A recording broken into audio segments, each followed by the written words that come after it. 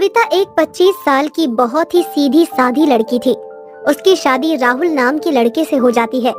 सरिता के पिता ने सरिता को कम दहेज दिया था, जिसकी वजह से उसकी सास रामवती उसको हमेशा प्रताड़ित करती थी। अरे कलमुही कहाँ मर गई? अरे मैंने तुझे खाना बनाने के लिए कहा था, बना कि नहीं अभी तक? लाई माँ जी, अभी बस चावल पकने ही वाला है।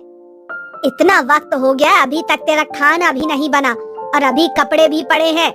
आज नहीं कल तक तेरा खाना बनेगा। कब तेरे कपड़े धुलेंगे? इतना धीरे धीरे चलती है। तेरे बाप ने तुझे ही मेरे सर पर मरना था। कुछ समय बाद रामवती रसोई में जाकर देखती है तो चावल पक गया होता है। कुछ भी कहो, खाना तो तू बहुत अच्छा बनाती है। देखो कितनी अच्छी खुशबू आ रही है, रहा नहीं जा रहा। चल खाकर देखती हूँ, दिखने में तो बहुत अच्छा लग रहा है। चल थोड़ा सा खाकर भी देख लूं। रामवती चावल के पतीले में से कुछ चावल खा लेती है और स्वाद स्वाद में उसे वो चावल बहुत अच्छे लगते हैं। सच में चावल तो बहुत टेस्टी है, जी कर रहा है खाए जाओ।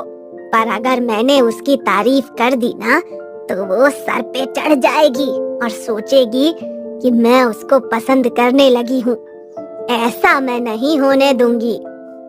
रामवती बहुत गुस्से में आकर सविता को आवाज लगाती है और सविता भागी भागी रामवती के पास रसोई में आती है।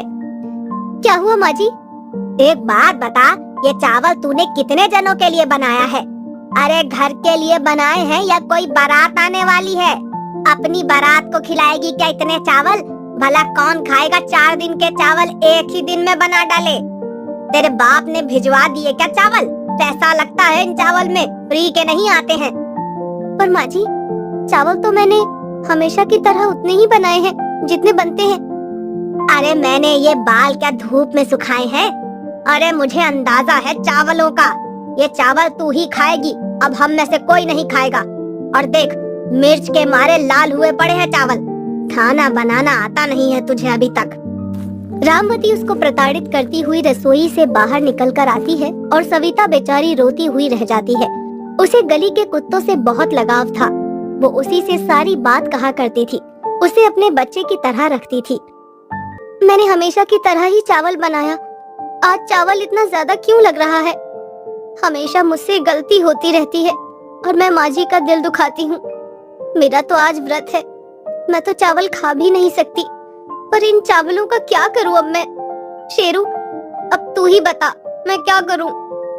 रामवती आए दिन उसको किसी न किसी बात पर डांटती रहती थी और सविता सर झुकाकर सहती रहती थी।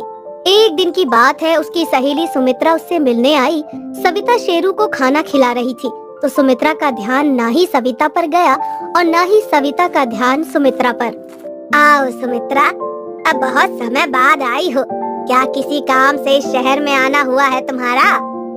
हाँ रामवती, अपनी लड़की के लिए लड़का ढूंढती रही, पर भगवान का दिया हुआ इतना है कि समेटा नहीं जा रहा है।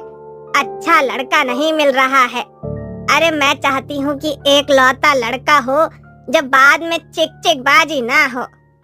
रामवती सोचती है कि उसकी बहू सविता तो दहेज नहीं लेकर आई है, क्यों ना इसका पत्ता साफ करके सुमित्रा की बेटी को अपने घर की बहू बना लिया जाए। और वो अपने बेटे को सुमित्रा को दिखाती है और उससे शादी की बात चलाती है। अब बगल में छोरा नगर में ढिंढोरा। अरे अपना राहुल है ना? अरे बेटी बिल्कुल लायक और इकलौती भी है। तुम तो मुझे जानती हो, मैं चिक चिक बाजी में विश्वास नहीं करती। अरे मेरे घर तुम्हारी बेटी आएगी तो राज करेगी। अरे वाह, तुमने तो मेरी सारी समस्या ही दूर कर दी बहन। मैं अपनी बेटी का रिश्ता राहुल से करने के लिए तैयार हूँ। आज से हम सहेलियां नहीं बल्कि समधन बन गई हैं। दोनों आपस में गले लगती हैं और एक दिन रामवती गैस का चूल्हा खोल कर रख देती है। सविता जैसे ही गैस जलाती है वो आग की लपटों में लिपट जाती है और जलकर मर जाती है। चलो रास्ते का कांटा तो हट गया और सविता राहुल से अलग हो गई। अब मैं राहुल की शादी सुमित्रा की बेटी से करा सकूंगी।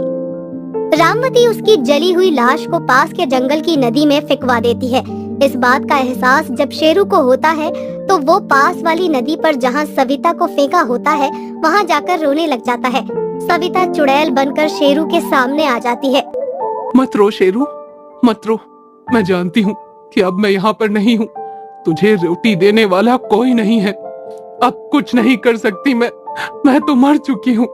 सविता को जब शेरू देखता है तो वो बहुत तेज तेज रोने लग जाता है, क्योंकि शेरू सविता को बहुत चाहता था। शेरू, मैं मर गई तो क्या हुआ? अब मैं चुड़ैल बन गई हूँ। जो मैं जीते जी नहीं कर पाई, अब मरने के बाद तेरे शरीर में प्रवेश करके करूंगी। मेरा कोई कुछ भी नहीं बिगाड़ सकेगा अब। सविता शेरू के शरीर में प्रवेश कर जाती है और शेरू की आंखें लाल हो जाती हैं। वो एक खूंखार कुत्ते में बदल जाता है। जब वो सविता के घर जाता है तो रामवती धूप में बैठी होती है। जब शेरू को सामने देखती है तो आग बबूला हो जाती है। अब क्या लेने आया है यहाँ पर? अरे सविता ही तुझे रोटी दे दिया करती थी, मुझसे कोई उम्मीद मत करियो। चल भाग जा यहाँ से, तेरे लिए यहाँ पर कोई जगह नहीं है। जहाँ पर सविता गई है वहीं पर चले जा तू।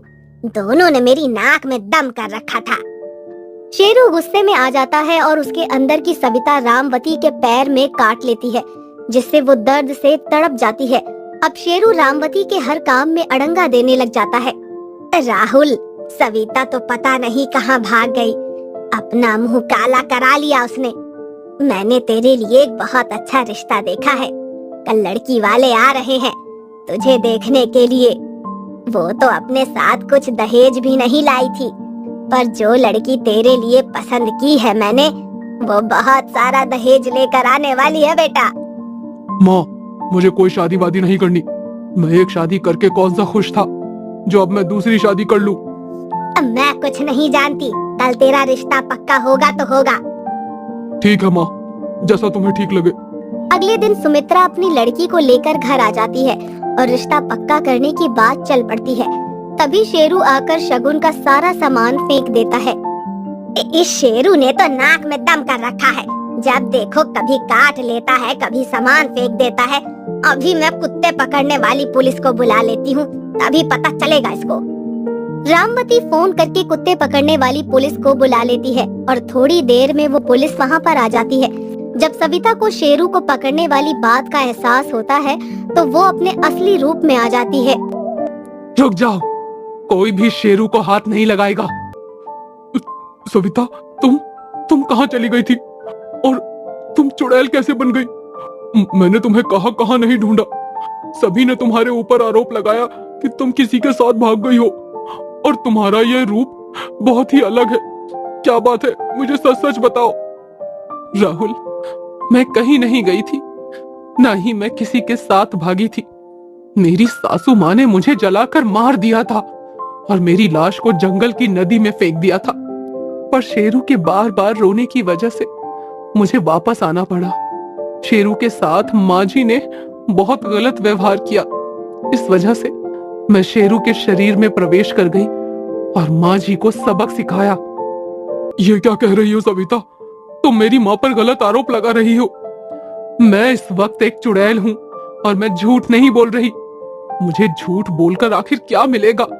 माँ जी ने मेरे साथ बहुत गलत किया है, जिसकी वजह से मैं चुड़ैल बनकर दोबारा यहाँ पर आई हूँ, जिससे किसी और की जिंदगी बर्बाद ना हो।